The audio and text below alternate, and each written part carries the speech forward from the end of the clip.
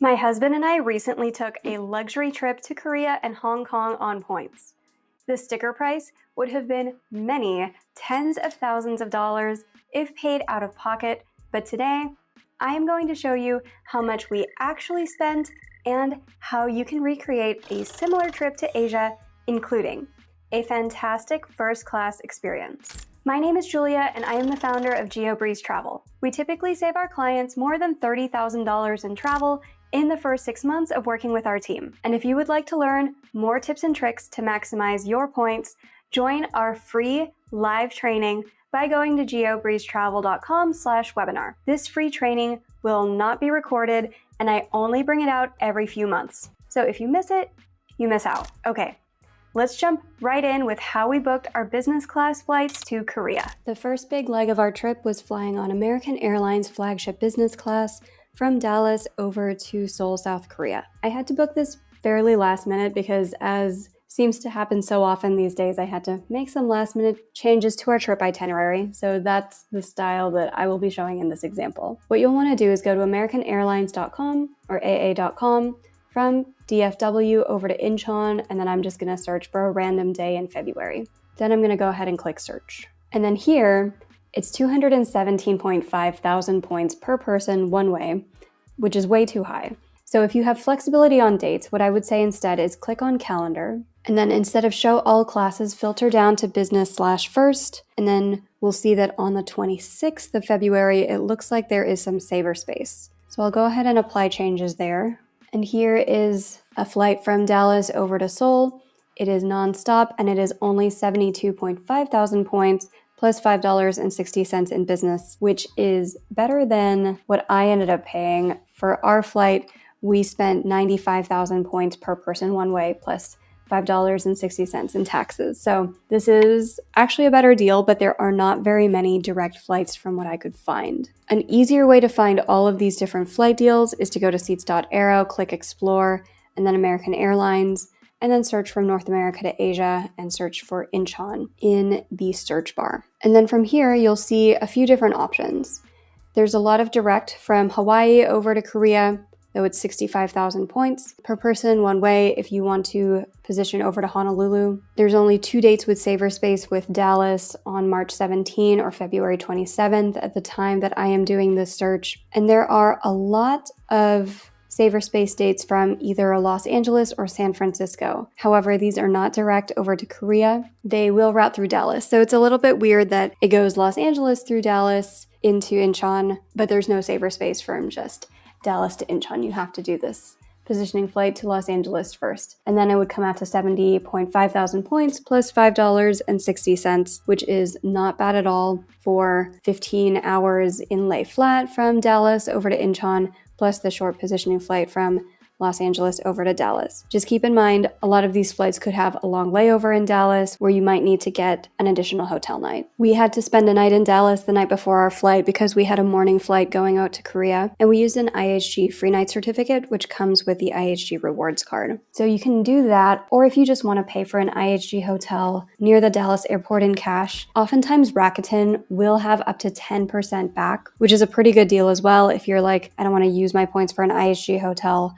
I'd rather just earn 10% back with Rakuten and then use those points as Amex points for my next flight. That can be a great strategy as well. But we had a free night certificate that was expiring. So what I did was I just searched IHG's website for DFW for a particular date that we were flying out. And then once I got to the results page, I would say I want to pay with points. And I just needed to find something that was under 40,000 points per night in order to use our hotel certificate. So the hotel that we ended up staying at was the Staybridge Suites, Dallas Fort Airport. Here on this date that I picked, it's only 22,000 points. I think it was slightly higher on the night that we ended up staying.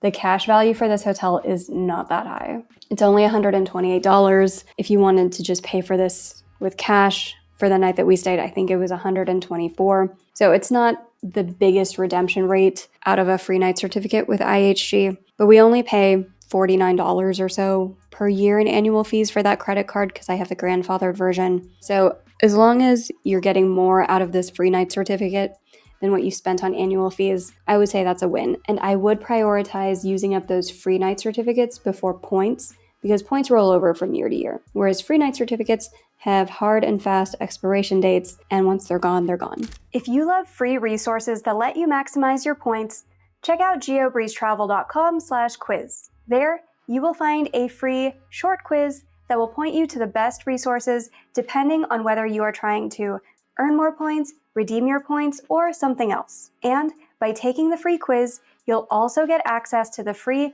Points 101 course, which is a fantastic resource for anybody just getting started with points and miles. Next up, here is how I maximized my points for our hotel stay in Seoul. For our stay in Seoul, there were a few different Hyatt hotels to choose from. There was the Grand Hyatt Seoul, which was going for 20,000 points per night, or about 200 per night for a standard room. The Andaz Seoul Gangnam for 20,000 points per night, or $200 some per night in a standard room. Park Hyatt Seoul was just a little bit more, 25,000 points per night versus 289, or the Grand Hyatt Incheon, which was way out by the airport, so I didn't want to stay there. Now, looking at these different Hyatt hotels, all of them are going to get maybe 1 cent per point. These are not very good redemptions. If you need to spend 20,000 points per night versus $200, I would rather just spend $200. But here's a way that I was actually able to get a lot better value out of my points rather than just redeeming for 1 cent per point with Hyatt. So we decided to go with the Andaz Seoul Gangnam, and rather than booking a standard room, I was looking at suites. And here you can see the Andaz Deluxe Suite with a king bed. The standard rate would be $808, or the member rate, which is usually what I'll compare against, is $750. But you don't need to pay that much. Instead, with the different points rates on the suites for this one, we didn't want to pay 40,000 points per night for this suite. I paid the upgrade premium suite rate, which was $298 per night plus 9,000 points. So for $298 plus 9,000 points per night, we were effectively getting a $750 suite. And that works out to a much higher cents per point redemption, because $750 minus the $298 that you would have to pay out of pocket, divided by 9,000 points per night, comes out to about 5 cents per point, which is at least twice as good as what you would get with just doing the standard rate. This does involve a little bit more cash outlay, but it's how I'm able to stretch my Hyatt points so much further, is by doing a little bit of a blend of cash plus points, and then this way, we've already secured our suite and I don't have to beg the front desk for globalist upgrades or anything like that. If you are in the market for a new card so that you can earn points to travel like this, but you're not sure what card to get, check out our free credit card consultation form at geobreezetravel.com/consultations. We will send you a personalized recommendation based on your particular goals, budget, and lifestyle. Also, did you know that instead of just sending out our own affiliate links, we send out referral links from our students? That way, you can get tens of thousands of referral points every year without having to build out a whole social media business. If you are interested in having us send out your referral links, sign up for the Points Accelerator waitlist at geobreezetravel.com/waitlist. We'll let you know once we're back open for enrollment. Next, we took a quick hop over to Hong Kong and got to experience the Year of the Snake New Year's Parade, fireworks, and other festivities. We even got to watch the fireworks over the harbor from our hotel suite. Here's how we booked that flight and hotel. For the next leg of our trip, we flew from Korea over to Hong Kong. And since this was a relatively short flight, this was a really good opportunity for us to use the $300 travel credit that comes with the Venture X card. So we used my husband's Venture X personal card and booked this one through the Capital One travel portal. All you need to do is go to travel.capitalone.com, and then we searched one way from Seoul over to Hong Kong for the date that we needed to travel. We also filtered to nonstop flights only because nobody wants to add in an extra layover going through Singapore or Malaysia or somewhere else for what would normally be such a short flight. Then we went ahead and clicked search flights, and you have a variety of different options here. They can be very, very affordable if you're just doing this as a cash trip anyway. You have options like Cathay Airlines and Jeju Air, where it's $50 or $60 per person to fly in standard. Hong Kong Express is about $60 in basic economy, but we scrolled down a little bit further and we chose Hong Kong Airlines because the standard price was right around $150 per person, so it was a good way to knock out the full credit with just one transaction. And that was honestly what we were prioritizing more than the luxury of Korean Air, which was a little bit higher priced when we were looking, or with Asiana or anything else.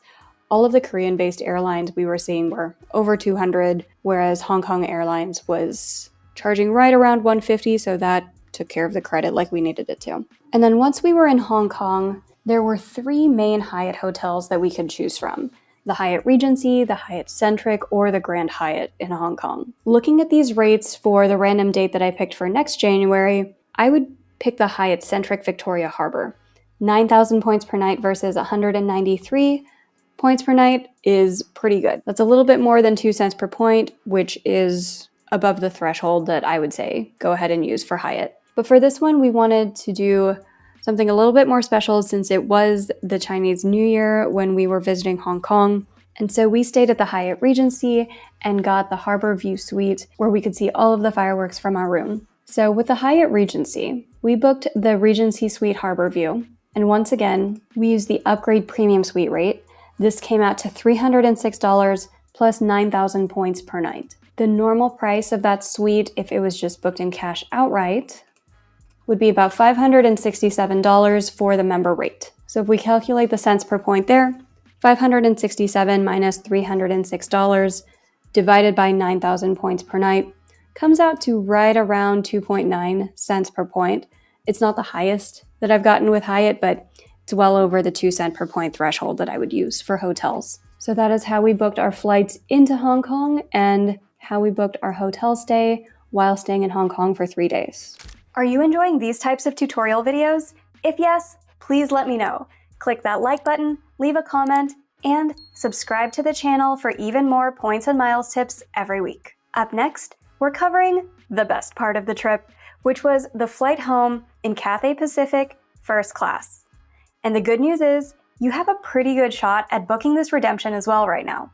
Here's how. Okay, here is how you find award availability on Cathay Pacific first class. So what you'll want to do is log into cathaypacific.com and then click here on Redeem Flights. We flew from Hong Kong over to Los Angeles in first class, so that is the route that I'm going to look for. You're going to search one way, first class, and here I'm going to search for 2 passengers.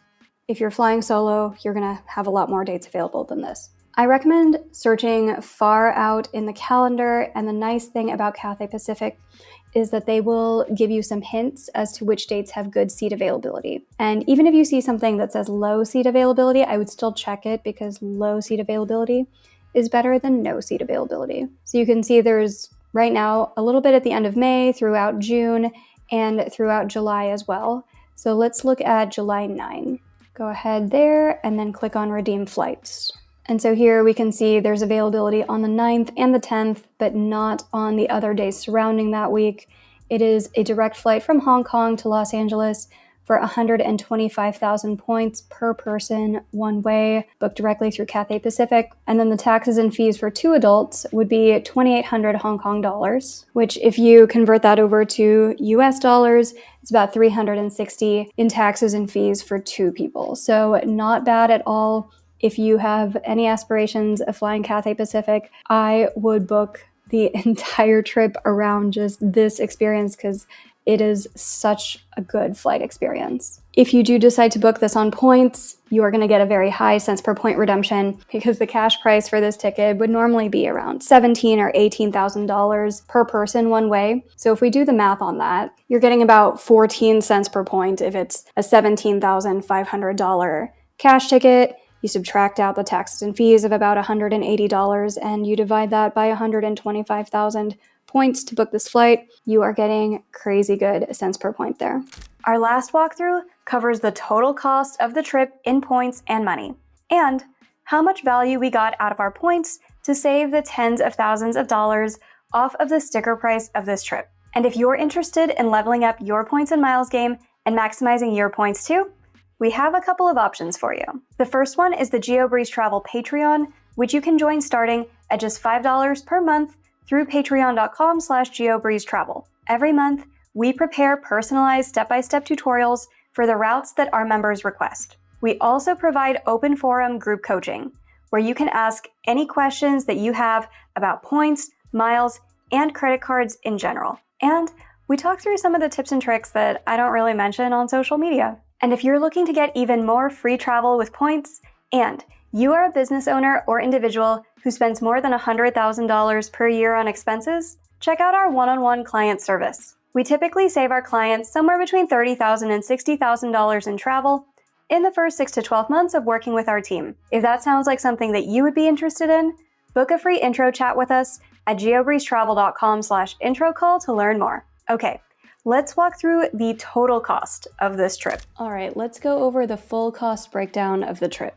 So we needed to take a positioning flight over to Dallas to catch our flight to Korea, and this one just ended up being a cash flight. It was booked with Spirit. There were no fun tricks for this one. American Airlines was charging something like $700 per person one way in economy. So I figured at that rate, it's better to just pay $200 for Spirit and fly into Dallas that way. We spent the night in Dallas at the Staybridge Suites, Dallas-Fort Worth Airport Hotel, using an IHG free night certificate, and the sticker price for that stay would normally be about $124. On the flight from Dallas over to Incheon, Korea, we flew American Airlines business class, spent 190,000 American Airlines miles for 2 tickets, and paid about $11 in taxes and fees. The sticker price for those 2 flights would have been combined close to $9,000. It was $8,956.